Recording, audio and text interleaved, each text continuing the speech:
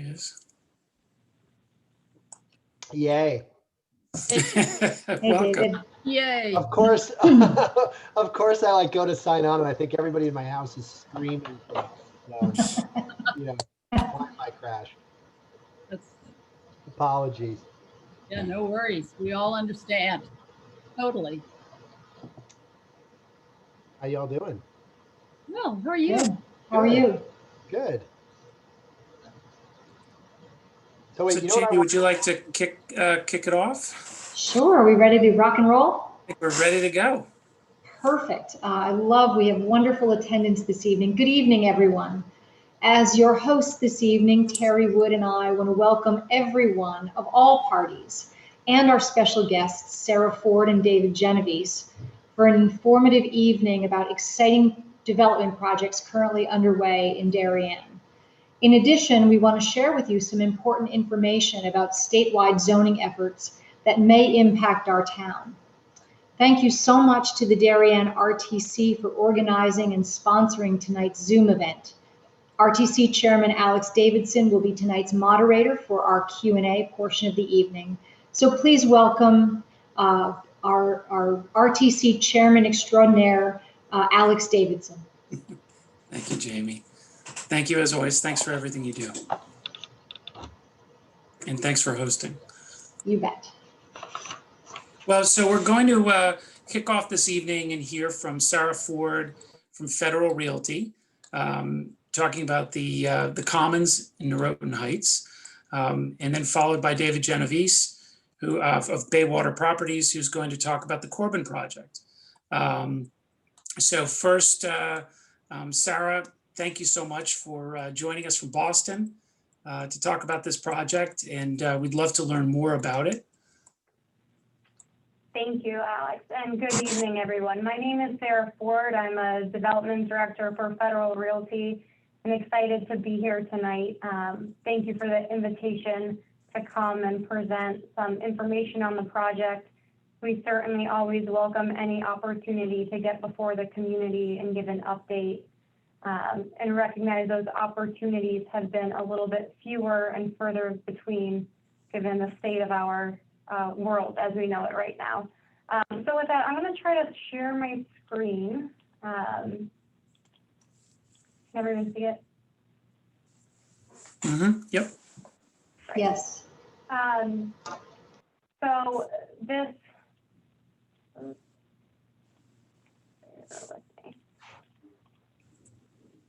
okay. This first slide is just a brief overview of Federal Realty in case anyone's not familiar with Federal Realty. We are a publicly traded REIT founded in 1962. We are headquartered in Rockville, Maryland, with properties mostly up and down the East Coast, as well as Florida and California. We have office, residential, condo, but I would say our biggest bread and butter would be retail, and we have a number of mixed-use properties as well, where we really focus on placemaking. We're long-term holders as well, which I personally enjoy working for a company with the intent of really embracing the community. We want to be there for a while, and we always hold our properties. So this slide shows a pre-development condition of the project. For those of you familiar with the property, you know it no longer looks like this. We are bound by West Avenue on the north, Noroton Avenue on the east, Heights Road to the south, and Edgerton Street to the west. Some of the changes since this plan in the summer of 2019, we have Prism paint over here in a small residential building behind it. Both of those have come down. We also have a small building here along Heights Road, a two-story structure, that has come down. The biggest change has probably been Stop and Shop, which vacated its portion of the building last December. And earlier this spring in 2020, the Stop and Shop building has come down. You can see our proximity to the train station and I-95, two fundamentals of the project that Federal has always been very excited about in terms of driving traffic. I will say one of the things that makes the redevelopment so challenging is that we are keeping a number of these tenants open and operating during construction. Chase Bank remains open as the Citibank. We also have an Edward Jones in that building. Bavala's Deli is also a property we own. Federal acquired that building at the tail end of the entitlement of the greater project. So this building specifically, we own it, but it's not part of the redevelopment. So there are no changes right now to Bavala's and the 2 apartments next to it. Walgreens remains open. It's a bit of an island right now in the middle of the construction, and Equinox remains open. As you'll see in the next slide, what we need to do is build a new Walgreens here in the parking lot between the existing one and Equinox. Once we have that new Walgreens built, we're able to demolish the existing Walgreens, which makes way for the rest of the redevelopment. So this is the redevelopment site plan at full build out. You can see the Walgreens that I was just referencing, which actually has a parking structure on top of it. So you would come in the center and go up and around Equinox, and you can park on the top of the Walgreens, and you can exit that parking through this stair, where there's also a door into this residential building onto floor 2. We have additional parking tucked in between Equinox and the Walgreens that allows you to park to the extent of this tan, which is more at grade, but it feels like structured parking because of the limited daylight back there. Then our 1 building will have about 30,000 square feet of ground floor retail with 2 levels of rental residential above. And our 3 building has about the same, approximately 30,000 square feet of ground floor retail with 2 levels of rental residential above. Our 4 is a small little retail pavilion.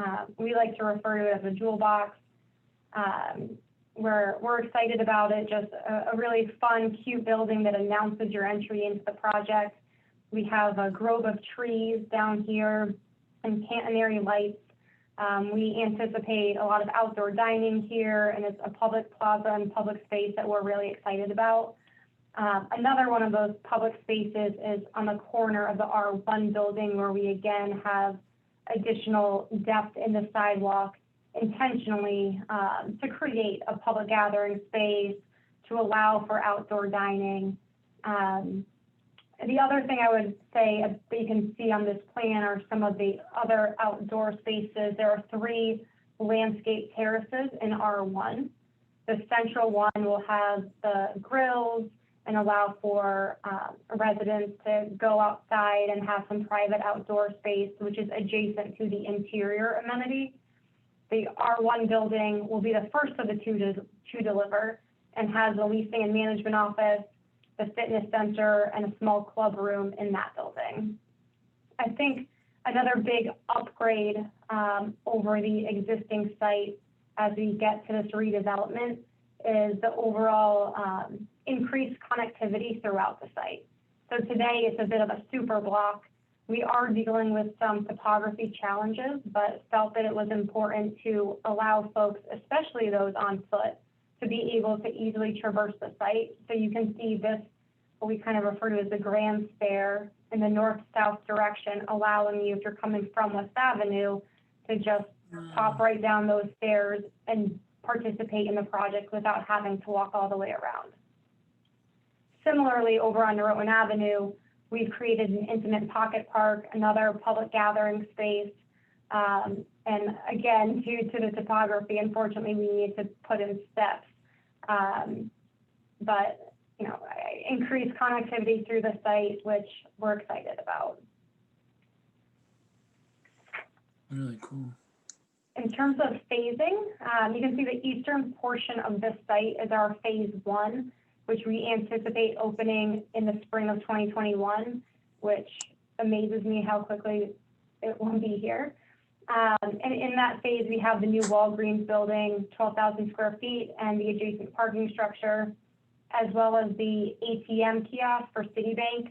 It used to be north of the building. We've relocated it here. That's already up and has been operational for about 6 months now. Another large portion of this project was a giant stormwater detention system under the parking here. It connects to a culvert in West Avenue and then through storm piping all the way down to the culvert in Heights Road. These are some pictures of what that looks like. So we're almost fully connected. The mass of the structures has been installed, which you can see in the picture to the left here, what it looks like as it was going in the ground. And this picture is what it looks like if you're walking through. As you can see, it's massive. It retains about 1.2 gallons of water, 1.2 million gallons of water.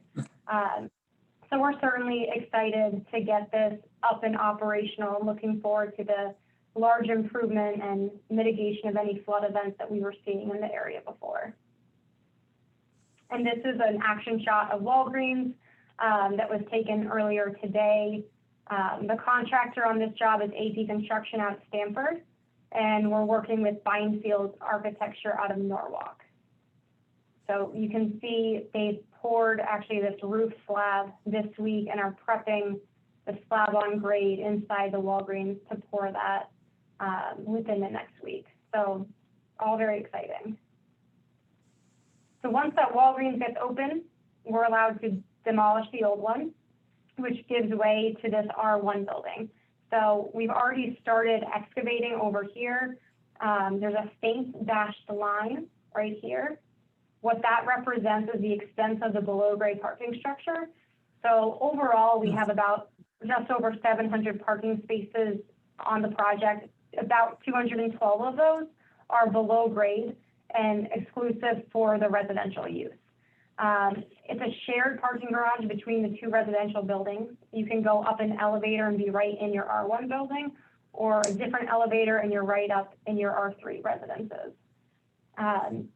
So this phase 2, we anticipate opening in spring 2022, and then followed shortly thereafter by phase 3, which is the R3 and the small retail pavilion building in the summer of 2022.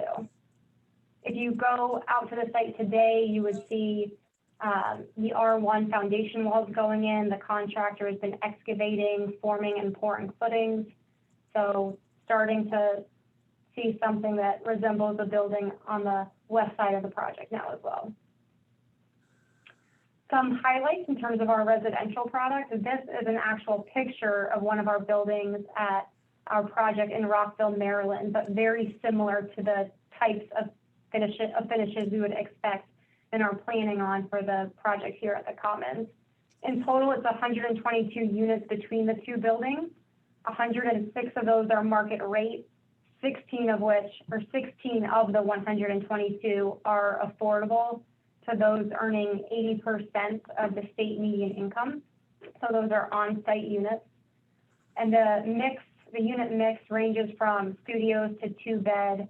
1-bed and smaller represents about 54% of that mix, the balance being 2-bed. Our average unit size is about 950 square feet, and again, referencing that 212 below grade parking. These are just some fun views that we enjoy. This is no longer exactly the existing view, but just shows what an improvement, in my opinion, this project will make in terms of the architecture on the site. This is looking back at the Walgreens building in the right-hand corner and in the R1 residential building, where you get a sense of the scale with the 2 floors of residential over the retail. Similarly, this building on the bottom no longer exists. It's in the location of where this future R4 and R3 building will be. And this, it's not a great image of the public plaza, but where we have that grove of trees and some catenary lights, and looking forward to the outdoor dining opportunity there as well. Lastly, this shows the view of West Avenue, definitely a different look on West Avenue, whereas today you're kind of overlooking the roof of what was Stop and Shop and Walgreens, which will be replaced in favor for, all you'll see here are the 2 levels of residential. Because of retail and the topography, the retail is really built back into the slope, so you don't see the retail from West Avenue. Lastly, I'm sure folks are interested, so I wanted to touch on leasing. I will say both our leasing and community engagement efforts are really just now starting to ramp up. Leasing we're finally at that point where it's perfect timing. Often it's hard to really engage tenants too soon because they're just not sure if your project's moving forward. Now that we're about a year and a half out from turning over space in that first R1 building, we're seeing the leasing activity pick up. So we're certainly encouraged by that. We've been talking to a number of tenants. Unfortunately, I don't have any names I'm able to share with you today. I will say, generally speaking, in terms of the mix of tenants, we're definitely looking for soft goods. We've got multiple spaces on the project earmarked for restaurants where we, as landlord, are installing restaurant provisions to make it easier for those restaurant tenants to come in and fit out their spaces. And ultimately, we do see the leasing strategy here as wanting to be local. We do recognize we'll likely end up with a few national tenants, but by no means is the intent ever to have this be all national tenants. We think we'll probably have a couple national tenants. We'll certainly have a number of regional tenants, and then the balance being local. We would love to get the majority, if not all of our restaurants as local restaurants. We think it does adds a lot to the project. And we're excited about that. So certainly, if anyone has any suggestions on places we should check out, we're always open ears and would love to hear it. And I think that is it. So that's it for me. And I look forward to your questions, I think, later. And Yes. in the time, I don't know, Alex, am I turning this back over to you or to David? Yeah, turn it over to me. Thank you very much, Sarah. Really interesting. We have some questions already. Okay. Just for the viewers, we're going to hold questions until after we've had our panelists present. But the questions that are up on the Q&A section on the Zoom app, they will sit there and I'll get to them as soon as we finish the meeting. Sarah, thank you again. Very interesting. And there definitely are some questions I have and other people have. David, would love to turn it over to you. Thank you again for joining us, and we're glad you got your connectivity issues resolved. Yeah, let's hope I stay connected. I think we got a lot of streaming going on over here. Hopefully you guys can see my Looks good. screen in just a second. Let me go to full view. Sorry, 1 second here. Okay. Did that work? Okay, great. Anyway, so I'm happy to be able to finally say that we also started construction on the project. So it's a lot better having this conversation today than it would have been 3 months ago. As many of you know, our project is one that we've been working on for about 15 years. We started the conversations with Steve Zangrillo and Dr. Felder, who owned the post office and 10 Corbin Drive in 2005, and then began the process of assembling these various parcels. My partners being Penny Glassmeyer, who many of you know, who built Grove Street Plaza and the building at 1292 Post Road, where the A Little Something White bridal salon is, and Charles Michael Gallery, as well as a number of the finest homes in Darien. So Penny and I have been working on this for a long time. It's been a bit of a labor of love, but we saw an opportunity to make a big improvement in downtown Darien. And Penny had built Grove Street Plaza, and I had built 1020 Boston Post Road in 2007 and 8. And we started to see these changes and thought there was a great opportunity if we had the patience and the wherewithal to assemble the property. And we had originally begun really working on the downtown part of Darien, together with the Connecticut Main Street Center and town government, planning and zoning, the selectman's office, going way back. And we really focused on, local retail, regional retail, primarily because we thought that's what Darien wanted. It wanted more stores like the Darien Sports Shop and the Darien Toy Box, and New Canaan, Greenwich, Westport had already been, pretty well advanced in their revitalizations and had already basically taken on a lot of national retail like J. Crew, Banana Republic, the Gap. And so our feeling was, if there's a Gap in Greenwich, Stamford, Westport, New Canaan, why would the Gap do well in Darien? There's just too many of them in the region. So wouldn't it be better to find, local entrepreneurs like Rosie Costello or Bill Jensen? Erica Jensen from Helen Ainson was here already when we got started. She's been in Darien for a long time, but we kind of focused on local retail and unique and cool retail. And that's what sort of led us to a coffee shop like Espresso Neat or the restaurant Baldon's or 1020. And so that focus on curating sort of interesting local retail has been a part of our focus from the beginning. And I think for Penny and I both, we kind of obsess over the idea of building the highest quality buildings using the best quality materials, just because, we do live here. Penny's raised her family here. She's been here for a long time. I grew up here and hope to be here for a long time. And we want these buildings to look better 10, 20 years from now than they do the day they're done. So that's been a big part of our ethos and our thinking as we've kind of advanced it. It's a 7-acre project, basically incorporating all of the parcels of land that are a part of the project now. It expanded over time. We've got 3 distinct community gathering places in the project that will really allow us to program the place and activate the place in the same way that we've been doing at Grove Street Plaza. We started this concert series in 2008 and 9 when the world was pretty grim. And the first year it was kind of sad. We were spending all this money and time organizing the concerts, and like 5 people would show up, Walter Casey among them. And I'd say, oh my gosh, like we're doing all this work and 5 people are coming. This is so sad.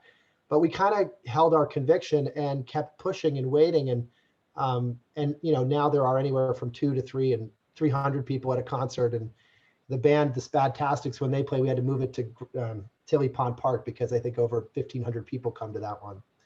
So we know there's appetite for this. And I think that coronavirus and this kind of bizarre and scary time that we've been going through has only reinforced, our view that we have a really unique opportunity to create awesome public places where people gather. And I think that Grove Street Plaza, I hope all of you have been by there over the course of the last few months. It's changing as it's gotten colder, unfortunately, but that's really been an oasis for people of Darien and people in the region. And we want to continue to do great things like that and create great spaces like that for people to come together and gather and enjoy each other's company and slow down a little bit and do this. So, this is more of our retail presentation. It kind of highlights why you should come to Darien. A lot of this is what you already know, but we've got incredible demographics, incredible quality school system, incredible community. As a result of the coronavirus, I've met with a number of New York City-based restaurateurs and entrepreneurs who want to come to Darien following their clients because so many young families have moved out to Darien and the region from Manhattan. And I will tell you that all of them say the same thing about the character of the place and the texture, what I would kind of call the texture of the community. They all comment upon, what a great downtown we have had or we have created now. And there's like a community vibe where everybody seems to know everybody. And, there's a line at Flower Water Salt Bakery, which I think Penny was introduced to by Terrie Wood. Thank you, Terrie Wood, for that great. Excuse me, David. Yeah. David, I'm sorry to interrupt, but we're just seeing the beginning page of the presentation. Oh. So it just seems to be frozen on the first page. Sorry. That's okay. I thought you were giving an intro. Or I would have interrupted sooner. Yeah, that's it. Okay, great. So, this is just an image of one of the public places in the project that we're creating. There'll be bountiful outdoor dining opportunities. And this is, let's see here. For some reason, my mouse is working, but my keyboard is not. So this is what the post road will look like upon completion. Can you see that post road image? Yes. Okay, great.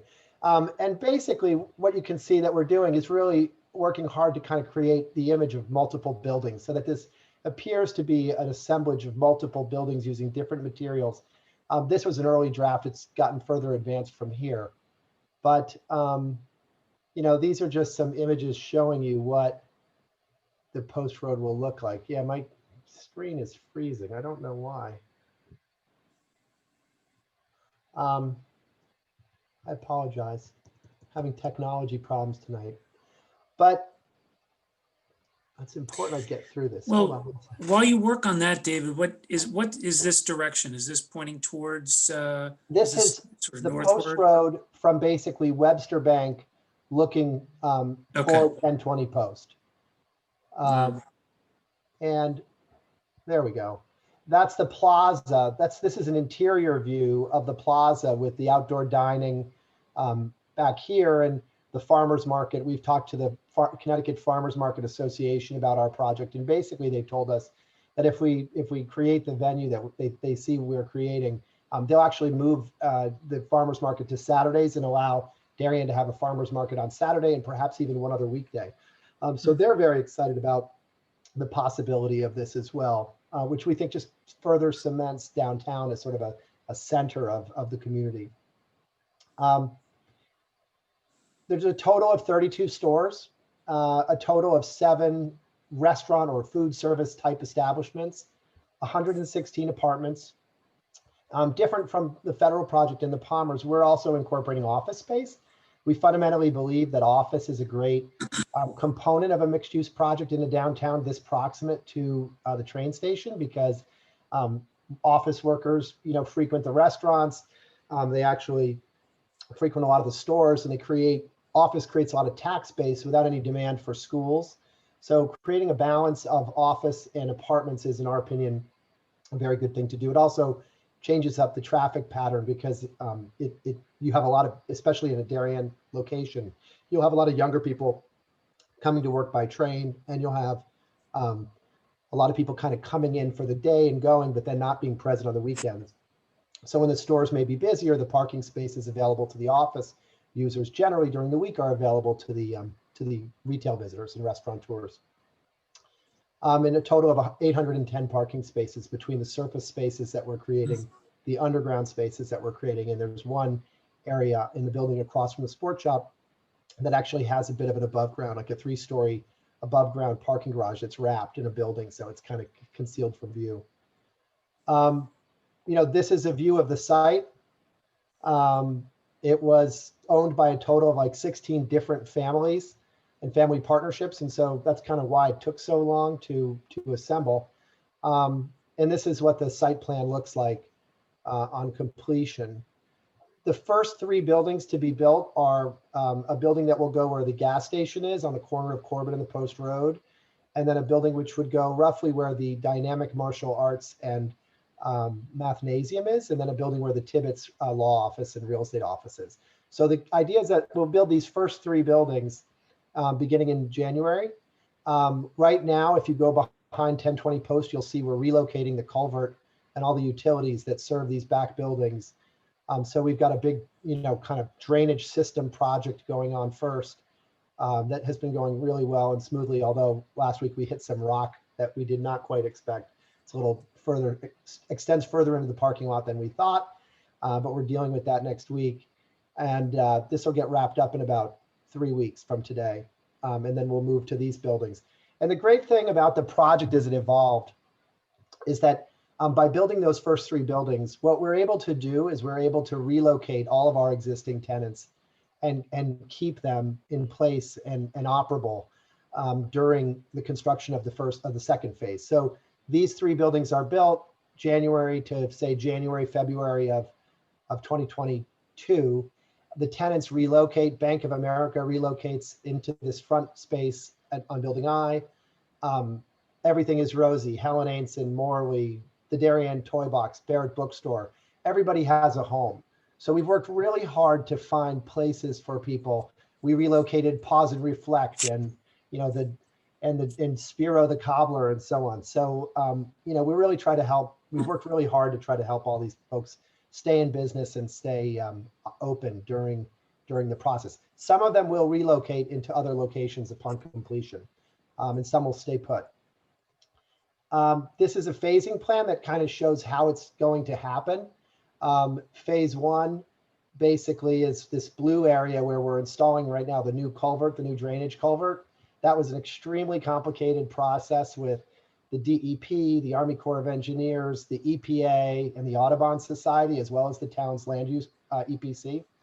Jayme was super helpful. At the end, we had some issues, some coronavirus issues with Eversource and having to relocate some of the power lines and transformers. And, you know, thanks to the support of Jayme and some others, we were able to get that resolved rather quickly. So the culvert gets relocated. These three buildings get built. Phase three is basically taking down the Bank of America building when Bank of America relocates to building I and building that parking structure in here. And if it all goes as we hope it will, we're as I say, we get to work very surgically and in a way that we're pretty confident is not going to create the chaos that some people fear in downtown. And I hope that people who are looking at what's happening right now with this drainage culvert thing, who worried that that would cause all kinds of parking problems, would acknowledge that that actually, if we work carefully and smart and with good planning, we can avoid a lot of issues. As part of the project, just one thing I wanted to highlight. I think that, you're going to talk later about zoning and affordable housing. One of the things that I think get the benefit of is having lived here for a while and having worked with the various land use boards for a while, is we get to think about things in maybe a little more holistic a way. And, I think that Darien, my personal view is that Darien's done an extraordinary job in paying attention to the need for affordable housing.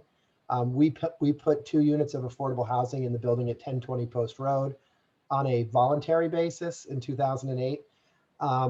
Committed to do that for 10 years. We actually are still renting those units on an affordable basis to people who have been great customers of ours, and we aren't going to boot them just because our 10-year commitment to the town was over. The town, roughly doubled Allen O'Neill. It massively improved and roughly doubled the affordable housing at the Old Town Hall Homes. There have been other units, the Garden Homes project across from Rory's. There's a couple units that were built, I think, around Ernie's Bar. Federal's building units. I think Sarah mentioned they're building about 16 units, and the Palmers have to build a number of units in connection with their project. And so I sort of looked at this and said to my team, Darien's doing a great job increasing the inventory of typical affordable housing, but I have a lot of friends who have children with disabilities and sons and daughters with disabilities. And in Darien, there's actually only one group home that provides housing for an adult with a developmental disability. And that group home was built privately on land leased by the town or from the town, but it's only 6 beds.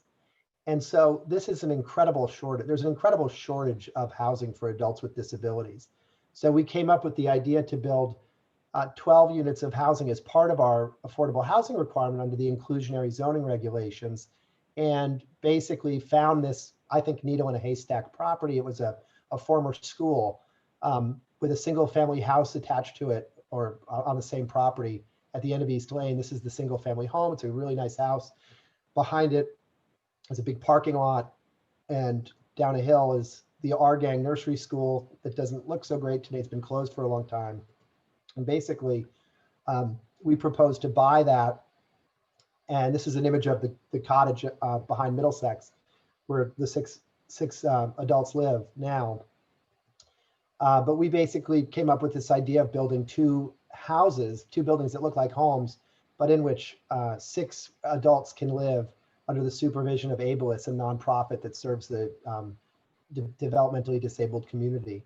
And so we've been working through the details of this. We brought it to the land use boards who approved it, and we're really excited about it. Ableist has had an incredible response to this project.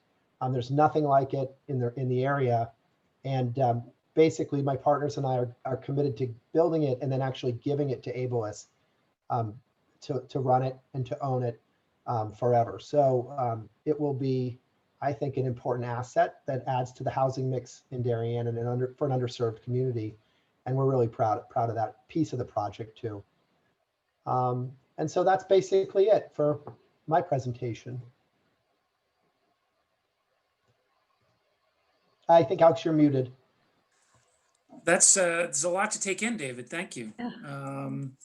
A lot of big changes. Are you still going to do the road on that would connect the post road to Old Kings Highway South, or is that, I didn't see that there? So that was like a little access road along 95. There's no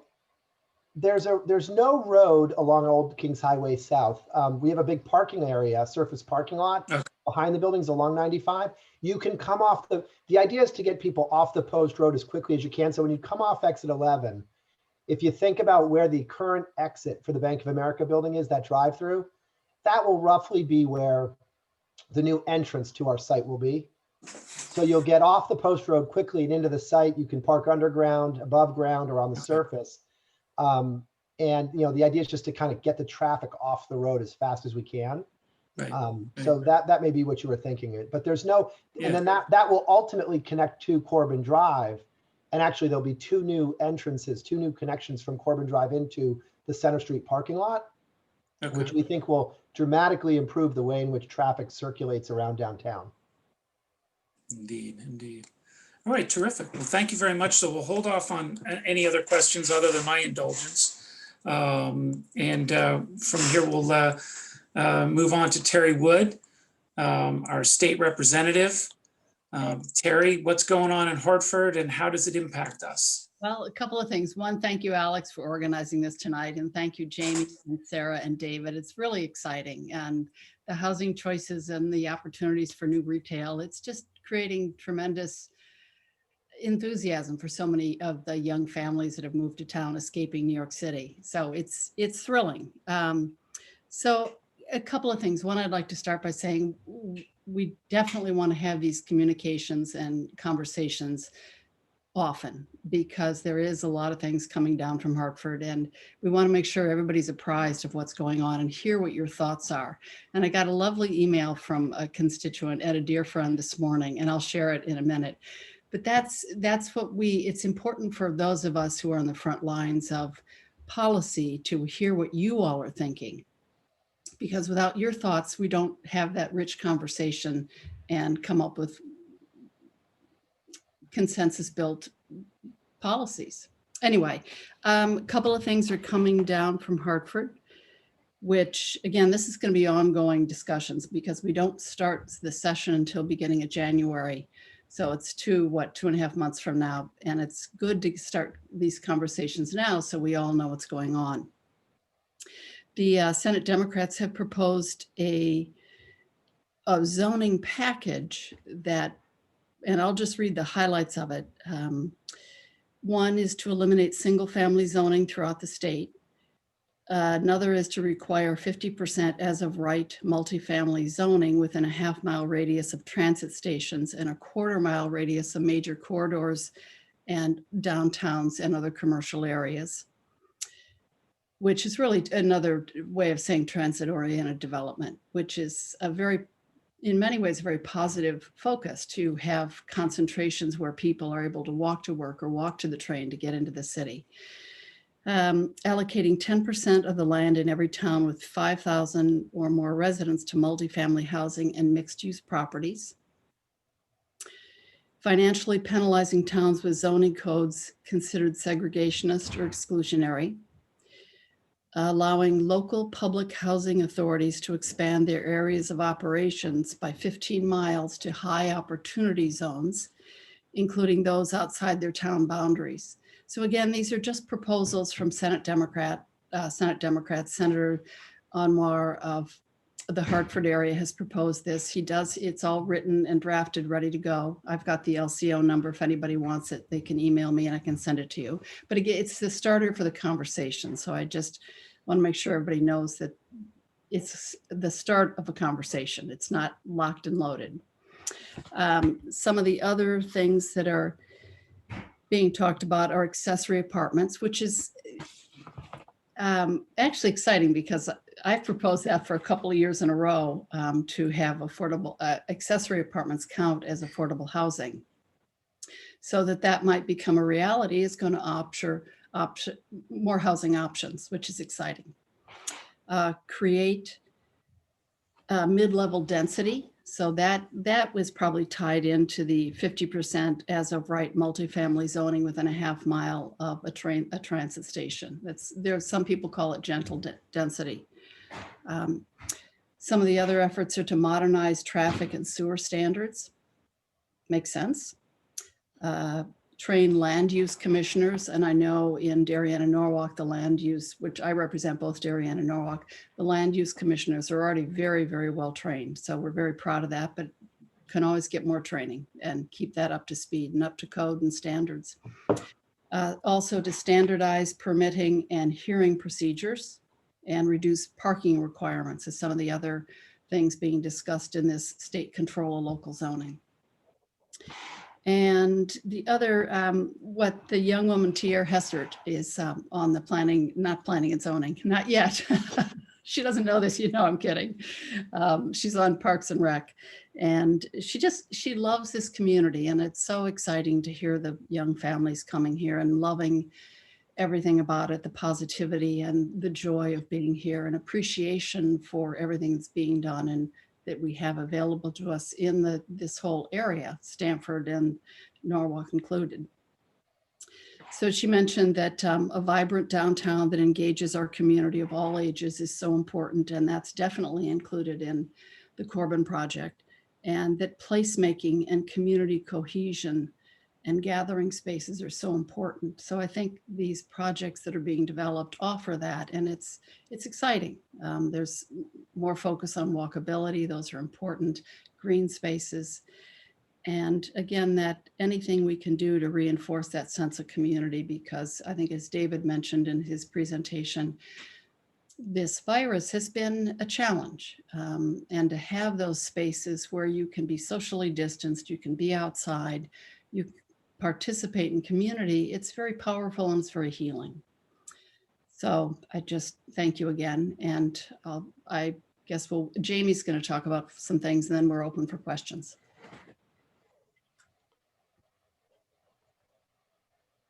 Thank you very much, Terrie. And I will be brief because I know we want to get to questions from those who are tuning in tonight. We really appreciate so much you're taking time out of your busy Monday night to join us. But as you can see, there are so many exciting things happening in the town of Darien right now. We are hoping to get the Palmer family onto a future Bring It Home evening. They are sort of the third piece of this historic redevelopment happening in the town of Darien.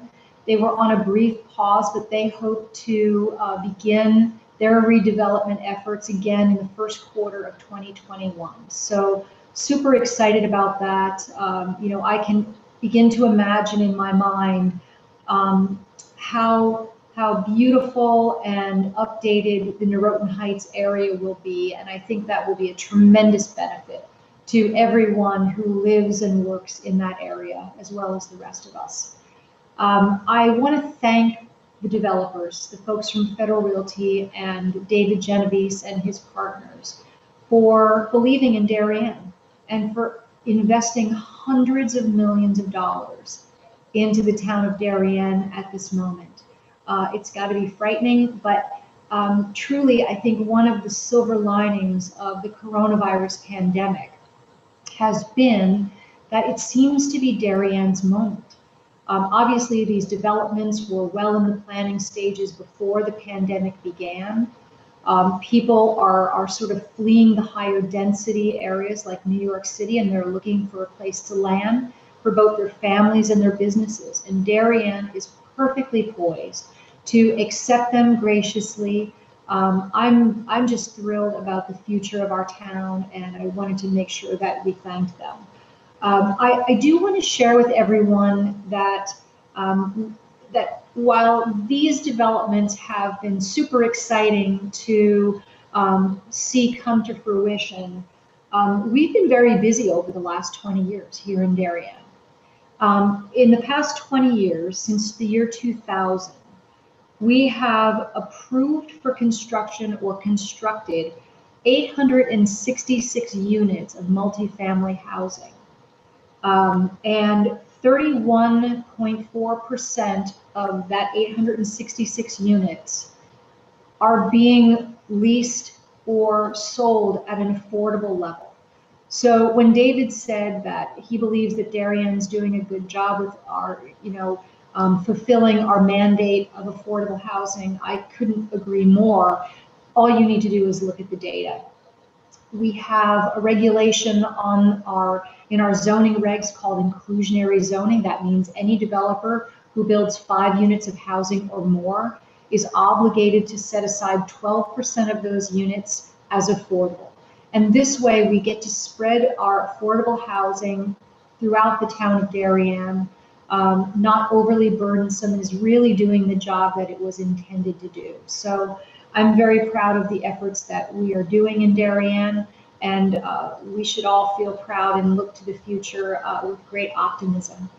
And with that, I certainly will stand ready to answer any of your questions. I'm working side by side with Terrie on all of this pending state control of local zoning legislation through WestCog, through the Connecticut Conference of Municipalities. So don't be afraid to ask us questions. Hopefully one of us will be able to answer. Thank you, Alex. Thank you, Jayme, and thank you for all the thank you to all the panelists. So we'll move on to questions, but first I just wanted to make a couple of comments since we're sponsoring this event. Obviously, Jayme and Terrie, thank you so much for all the work that you do for our town. David and Sarah, thank you for taking time out from your evening to tell us about these projects and the exciting work that you're doing for Darien. We have such a great town, and it's just going to get even better. So thank you. And of course, I'd like to thank the 100+ people who are watching tonight. Thank you for taking the time. I am chairman of the Republican Town Committee in Darien, but I am happy to have anyone here. You don't have to be a Republican, and thank you for your time and attention. There's some great things going on in Darien, and there's some things that we have to be mindful of, regardless of party. The Bring It Home event, the Bring It Home series of events, we've been doing it for several years. This is the first webinar that we've done, but the purpose is to inform and educate Darien residents. The panel has provided, updates on these projects, and then we'll open it up to questions for you. The reason that we hosted this event, the Bring It Home events, is that we believe that an informed electorate is critical to a functioning democracy. We want all of the residents of Darien, not just Republicans, to have all the information about what is going on, who's doing what, who is accountable. And that way it makes our town better, regardless of what your party affiliation is. The Darien RTC, we're comprised of 21 volunteers. Our job, first and foremost, is to identify and nominate volunteers to serve on appointed boards or to run for election to town and local offices in the state and even going to Washington. But we're also here to make sure that the concerns and issues that are important to other Republicans in town have a voice. And but I think we mostly volunteer, and we do this because we love the town. So I think with respect to zoning, we are vehemently opposed to any sort of attempt by Hartford to take away our right for self-determination. We think that Darien best decides what's right for Darien. So with that in mind, we're open to hearing ideas where we can, get benefits from the state, but it has to be on our terms and it has to work for our town. So that being said, we'll get started with questions. What I'd like to do is I would like to first have questions that are really addressed at the developments at Corbin and in Noroton Heights, addressed to Sarah and David. And I have a couple of questions that I pulled up that were coming up during the meeting. We have over 100 people. There probably will be a lot of questions. I'll try to get to as many as I can. But we'll cover some questions about the projects. And then if you have any questions about zoning and issues in the state, we'll move on to that. So Sarah, the first questions that I had came up during your presentation. There was one question that in terms of the rendering or the schematics, are the power lines on West Avenue, are those going to be buried? Those will not be buried. Okay. And then the second question that came up was that given that there are going to be 122 units, and assuming I think the number was 2.3 average children, has there been any discussion about the capacity at homeschool? And I'm not sure that that's the correct school for that area, but are you aware of that? I mean, you may not be aware of that. So I'm not. I will say our largest units are 2-bedroom units. And I believe it was very intentional to keep the number of 2 bedrooms to a minimum and to not exceed 2 bedrooms for this very reason, to not overcrowd the schools. Okay. So I know the town was certainly very thoughtful and mindful of that during the special permit process. And I'm not aware in terms of the details of how the school specifically intends to accommodate. Okay, that's not. Okay, and just see if I have other questions that are coming up. One of the viewers had asked, Sarah, if you could put up the rendering from West Avenue. If you could put that up again and share that on the screen.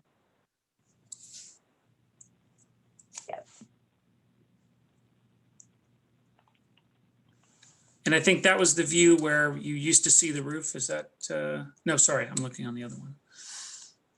Sorry, I'm just struggling. Okay.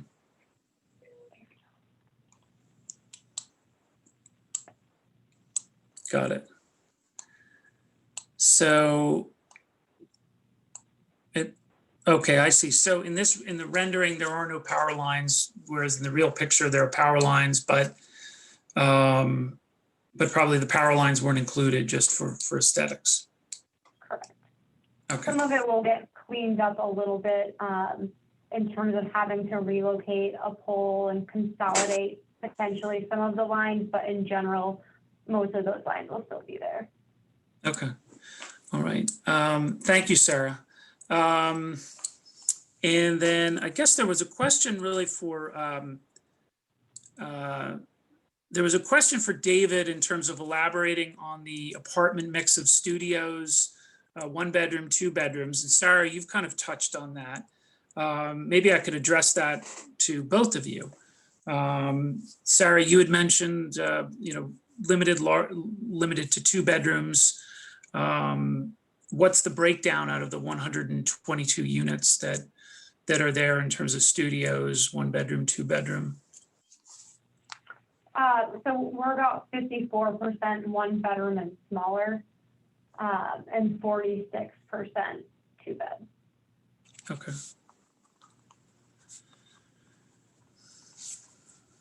What do you think, David? So we went a different route. We own and manage a number of apartments in downtown Darien today. Penny's got the first bunch that she built at Grove Street Plaza. We've got 6 at 1020 Post Road, and then 8 at 745 Post Road. And what we found is that, as we had more experience, candidly, like building these units, we built better units that were even better received. With 1020 Post Road, they're 6 1-bedroom units. They range in size from about 750 to 950 square feet. So they're generous 1-bedroom units in size relative to like the typical apartment that's built. at 745, we went with larger 1-bedrooms and larger 2-bedrooms that also have often have a study.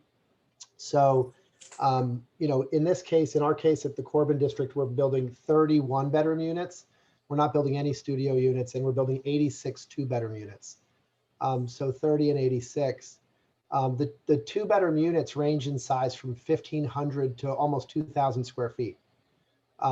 So our market, our target market, I think is a little different than Federal's target market in that, what we saw was a great opportunity to keep older empty nesters in Darien from leaving Darien.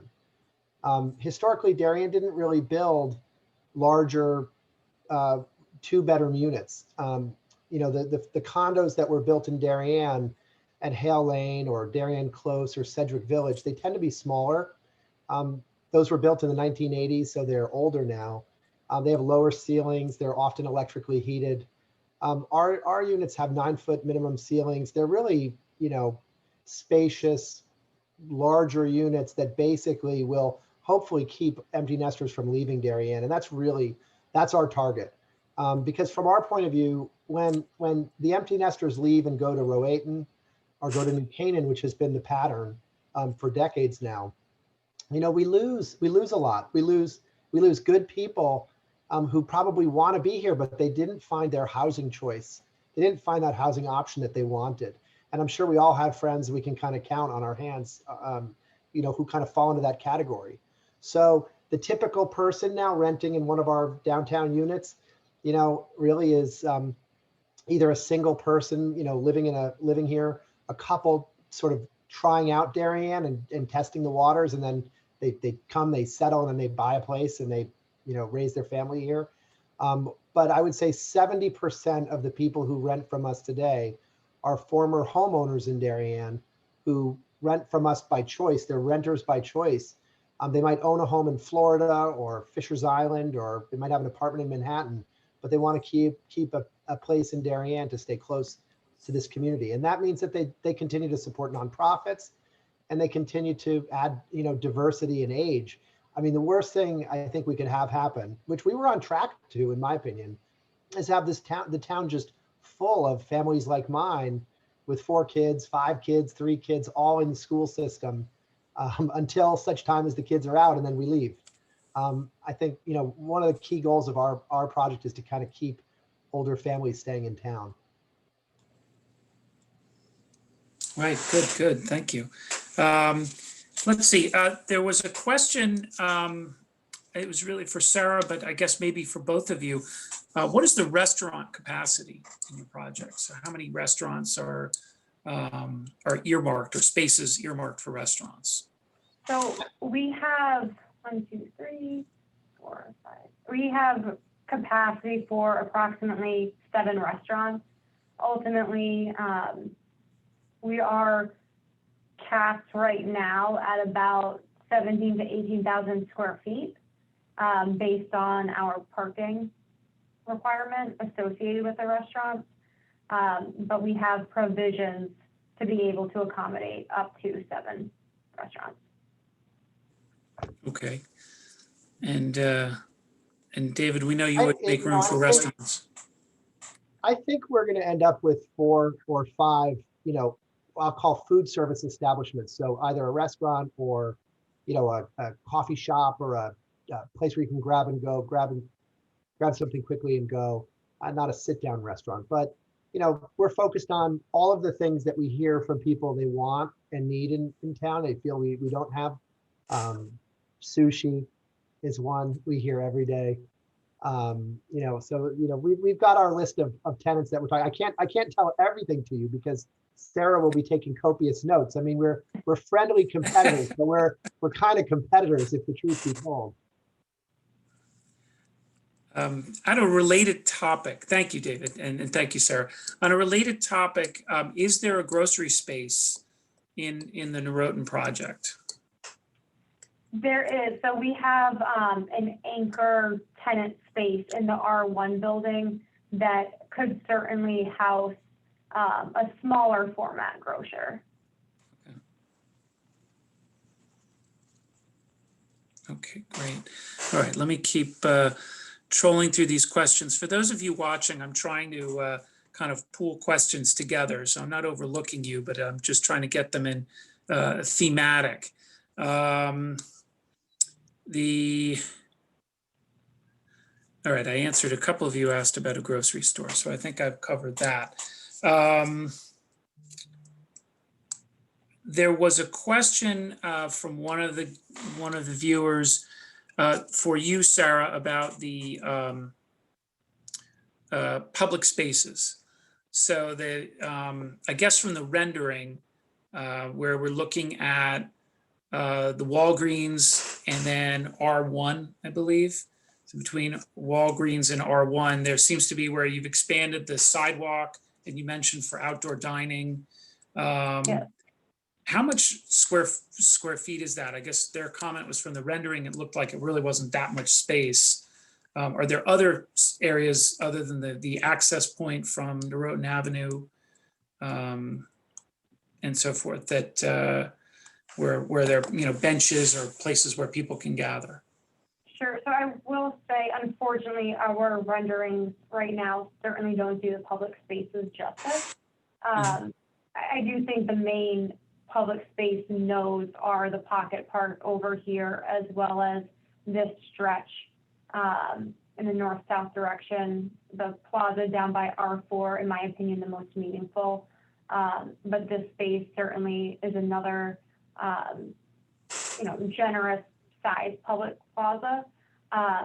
One thing that Federal does pride ourselves on is planters and benches and just really being thoughtful about exterior furniture and embellishing the space, layering it, texturing it, and making it a very inviting space where people want to be.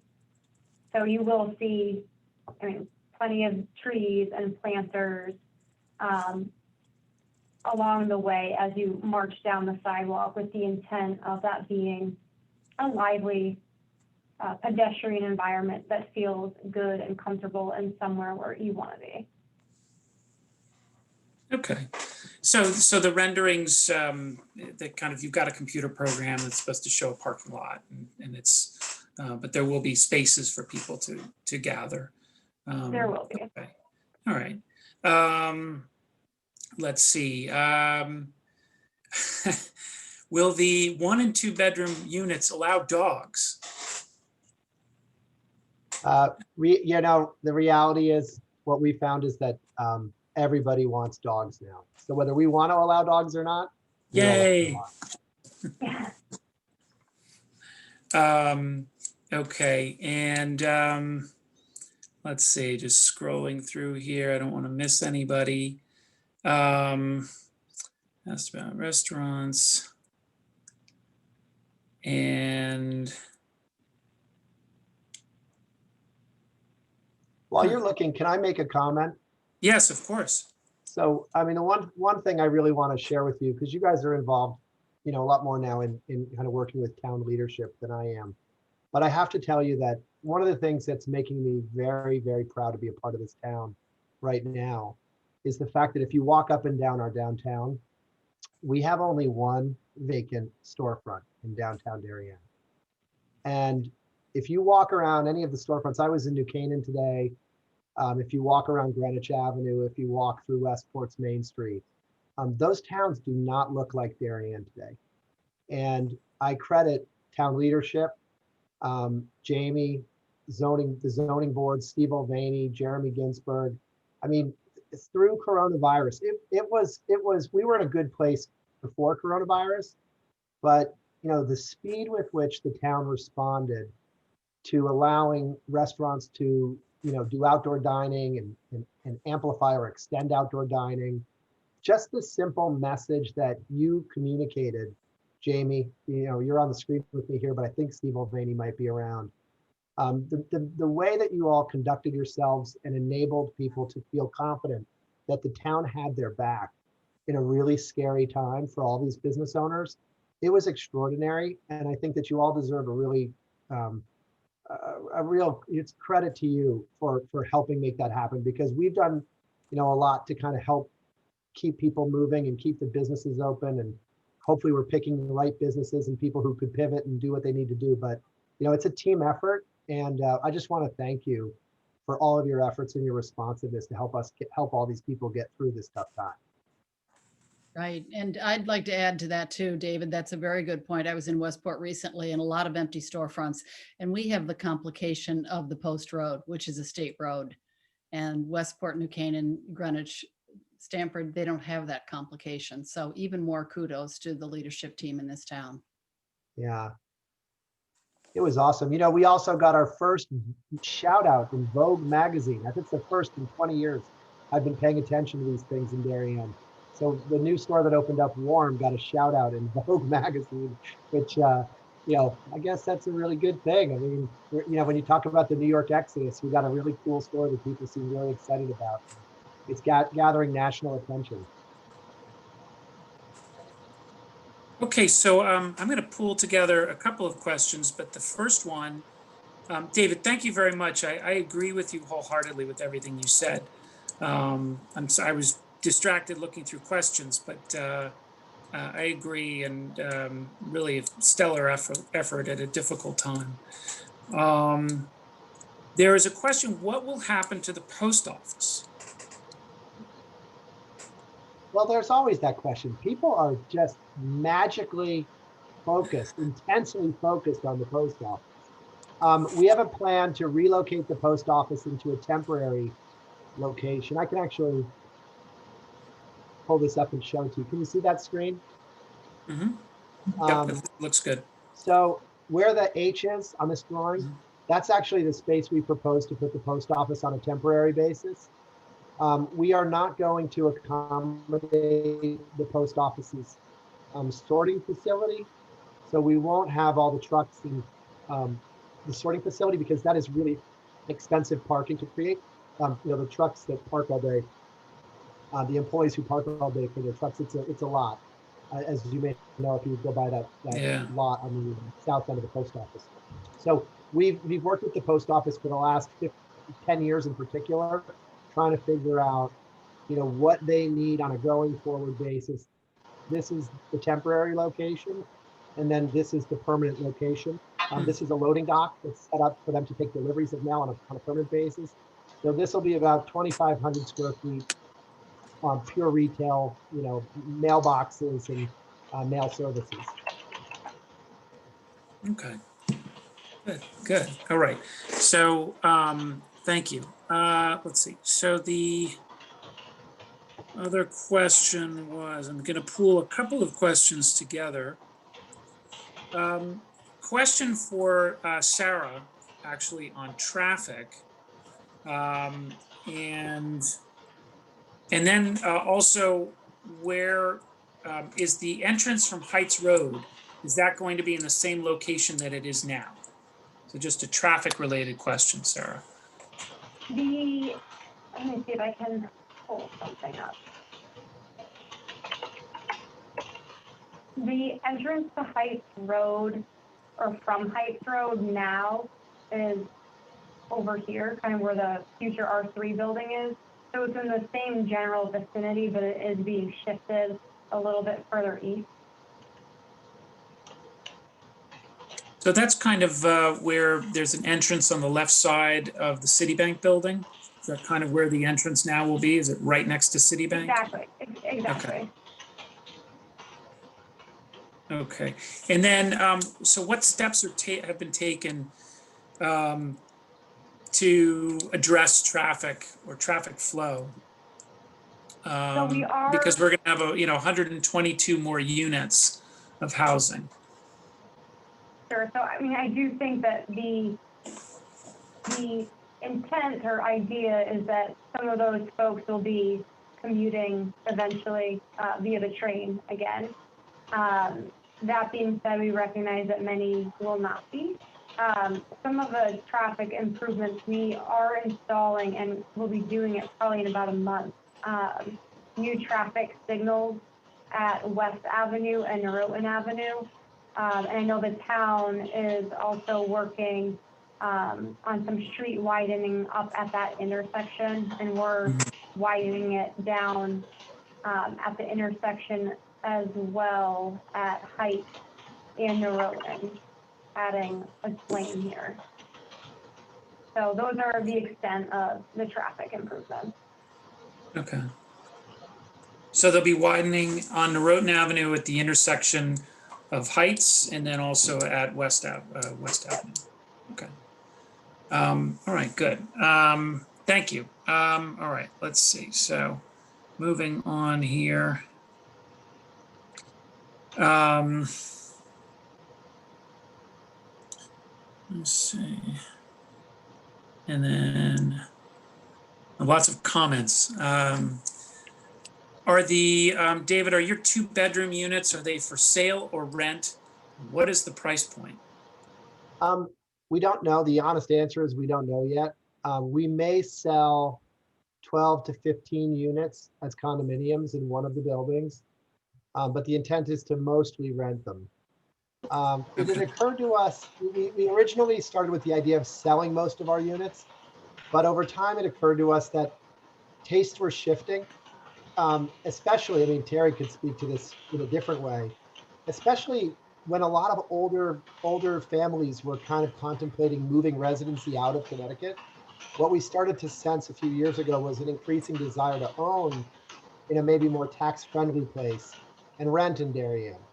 So, you know, we've been surprised over the 15 years that we've been working on this about how, like, the propensity to rent has changed. If you had told me 15 years ago that, you know, Mrs., I'm making up this name, this is not a real person, but Mrs. Johnson, whose husband, Mr. Johnson, passed away a couple of years ago, and she's selling her house on Middlesex Road and wants to stay in Darien but simplify her life. If you told me that she would have been a renter in her 70s, I would have not believed you 15 years ago. But that's precisely who we're renting to today. Or you know, some number of people that we're renting to today fit that profile. So, you know, we're probably going to rent 100 units, I would say, and sell 15. But we're going to see how it goes, and we'll see what demand is like and what the mood of the market is at the time that we get there. The first phase is all rental, though. Okay, all right, good. Sarah, I've got one for you, and I'm going to read it because I don't want to miss anything out of this, and hopefully you'll understand it. How does the flood mitigation in your project deal with the downstream limitations for excluent stormwater farther downstream? So I'll take my best stab at this, obviously not being a civil engineer. The main point of the structure that we built on site was really with the goal to retain the water in a large flood event. So instead of just putting all the water and overpowering the storm system, such that it was flooding in Heights Road, it now has somewhere to go and sit and wait to flow through. Okay, so that we don't overwhelm Heights Road, I guess would be the, okay. Well, I hope that answers the question. And if not, we can certainly put you in touch with someone on planning and zoning or who can direct you and, you know, where you can find an answer to that. And I'm looking through, I don't think I see lots of kudos, guys, but I don't see any further questions about just about the projects, which are really exciting. So I guess at this point, we'll open it up to the broader panel. And I've got a couple of questions on rezoning, let's say. So this question, why does the state legislature believe local zoning is within their purview? What do our local state senators think about this? Terrie, that's probably a good one for you, or jump ball.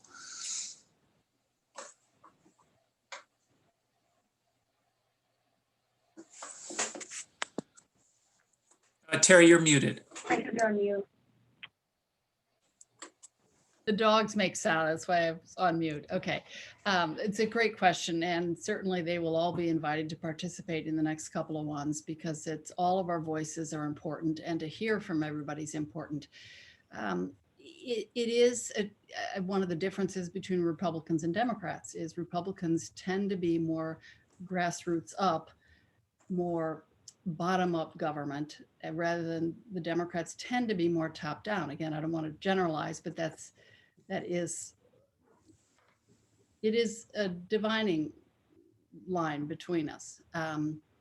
So it is about finding that common sense balance, and that comes from listening to what everyone has to say about this and what they think about this. And some of this plan makes sense. I think you could make an argument for a number of pieces of this, and others, certainly many of us need to know more details on it. Okay. Steve Mulvaney, I think, is also on, and he might be able to add to this as well. I mean, he was answering he has an answer for the underground water, so I think that. I would say in recent polling, statewide polling, affordability was absolutely the key issue. And second to that was people want bottom-up government. They do not want top-down government. So we have to be very careful about what we dictate from the top down without all the feedback and listening to everybody on the ground in the communities. Because we've got 169 communities in our state, and all of them have a richness to it that one size just does not fit all. So we have to be very careful and listen and understand. Terry, I have a question for you. What is a high opportunity zone?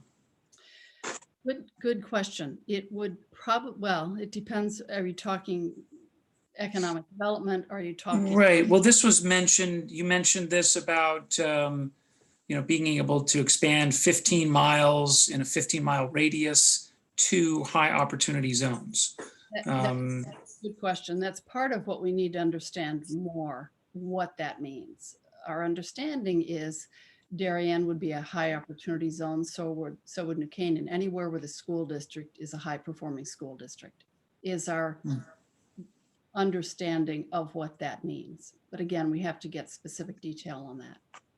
Okay. That's my understanding as well, Alex, is that it really refers to a high quality school system and building affordability in communities like ours so that we have greater housing choice for families who could afford to live here and send their children to our schools. So it's, the concept is founded in a very benevolent thought, but it deserves more attention to the details of how it rolls out, and there certainly will be consequences, both positive and negative, to a policy like that. Does anyone on the panel know what % of land in town is currently devoted to multifamily housing? I don't know. Is it substantially less than 10%? Does anyone have an idea? Well, again, is it a percentage of town or percentage of like downtown? It sounded like from what the Commercial district? the proposed bill that's out there, it sounded like it's 10% of land. I think surface, which strikes me as a lot, but I may be wrong. I just didn't know what the range is, where we are now. Right. So Alex, the Planning and Zoning Commission has convened a subcommittee to study the proposals that are going to be proposed in January. And part of their work is to look at all the elements in the proposals and to really take an inventory of the town's regulations and see where we fall. So I'm feeling that in short order, the subcommittee is going to have answers to those questions. Okay. The other Darien, and I've just gotten this statistic a couple of weeks ago. Darien has more density per person per square mile than any other town in the state. So Right, that's well, we, also something that's why the top down, we have to be very careful because every town is different and it should be a balance between the two. right, okay. So, so there is one question, it's not really, well, I guess it's a question, but I think, I'm not sure, there's a question here, how do we fight it then? But I don't know what the question is about. So maybe you can expand on that question. I'm not sure what you wanted to fight. There are people who are writing comments in the question and answer section. So I'm having trouble finding questions. Alex, Yes, maybe I could take yes, a Jim, moment to elaborate a little bit. So of we've course. begun to do some analysis on some of the specific proposals and what the impacts to the town would be, looking at the quarter-mile distance from our commercial centers and the half-mile distance from fixed transit hubs, in which gentle density will be allowed as of right. And that's an important point with some of these proposals, that these gentle density housing units, 2 to 4 family homes, of which some can be constructed really beautifully, are proposed to be allowed as of right. What as of right means is that you don't need a public hearing or a special permit to build more dense housing in those specific areas outlined in the proposals. So we've taken a look at the map of Darien, and we can see that over 33% of the town would be impacted by one or both of those proposals. Because we're not just impacted by 2 train stations, for example, we're impacted by 6, if you think about it.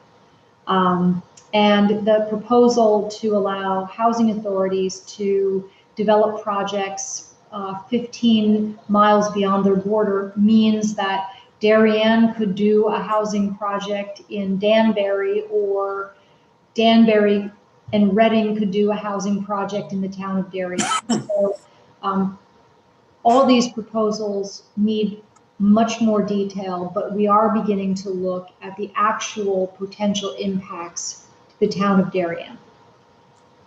Presumably the intent would be, say, for Stamford to build a housing development in Darien rather than Darien building a housing development in Stamford, something along those lines, I would imagine. Pushing It's, down, bigger locale pushing down.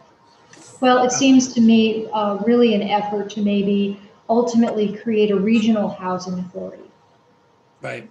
right? That doesn't sound good, in my opinion. Okay, so I have one last question. We're not really coming up with questions, but thank you for clarifying. I think this is a clarification to how do we fight it then. The question is, what are the chances that the state single-family mandate will pass? Terry, this bill, the Anwar bill, is really just a proposed bill, correct, at this point? Well, technically it's not a proposed bill. It's draft legislation. We can't log anything into the system as a proposed bill until January 6th. The session opens January 6th. So at that point, this is the draft legislative proposal. It is available via email. So it's when the session starts is when everything goes live online. But it is definitely out there, and there's a lot of steam and a lot of proponents in support of this. And there will be a lot of discussion around this. And a strong push to pass a number of pieces of this. Interesting. All right. Well, we look forward to doing more events like this on a more frequent basis than we may have done in the past, because there's a lot going on. But just one, we'll take one as we're getting close to 9 o'clock. I'll take one last question. I think 1 or 2 more questions. And then I think we'll send everyone back to their families. The last question was, who votes on the draft legislation? regarding the as of right change. Do you understand that question, Terry? Probably. I mean, Okay. I think, so what's the process? The process with this legislation will be introduced. It'll be logged into the system. And then it will probably go to planning and development for a public hearing. And everyone, I will keep everyone apprised of when public hearings are. If you are not on my email list, please sign up for it. Public hearing will be sometime end of January to beginning of March on this issue, and that's when they take public comment. And everyone can speak, everyone can submit written testimony. It's important to do so. Your voices absolutely do count, they matter. And after that, the bill goes through what they call substitute language, which is where they make amendments to the draft legislation. So there's always an evolving process to it. And it's absolutely important that you make your voice heard. So Terry, in a normal environment, we would have the public hearing. Right. How does that work now in the age of COVID? Very good question. We do not know yet. Certainly after the election next week. Okay, all right. Management office will be putting together how we will conduct public hearings. I don't know yet how we're going to do it. They did manage how to manage special sessions. We could vote from our office or be in the House floor masked. I don't know yet how. It's to be determined how we're going to have public hearing, because it is, you can't do legislation, you can't write and pass legislation without input from the public. Right. Well, you could try. You could try. It wouldn't be right, but you could try. I don't mean you could try. I know you wouldn't, but one could try. All right. Well, look, I think we've covered just about, we've covered a lot of topics. I think I'll just make some closing remarks. David and Sarah, thank you so much for your presentations. Hopefully the questions weren't too tough, and I think, you handled all of them very well. There may be some constituents in town who have further follow-up questions, and we'll probably, we'll try to, moderate that, and we may be in touch with you. Terry and Jayme, thank you very much for hosting this event. And we look forward to planning the next one soon. The Republican Town Committee, on our website, we have position papers on zoning, also on education, on policing and security, and the Connecticut economy. We invite all the viewers to look at our website, www.DarienRTC.com. Read them on your own. At least you know where we stand. We want to have political discussion in this town about ideas. Having a difference of opinion is okay. Civil debate is important to arriving at a consensus. And we thank all of you for your time. And with that, we wish you good night. Great, thank you. Thank you All all. right. Thank you all. For being here. Thanks very much.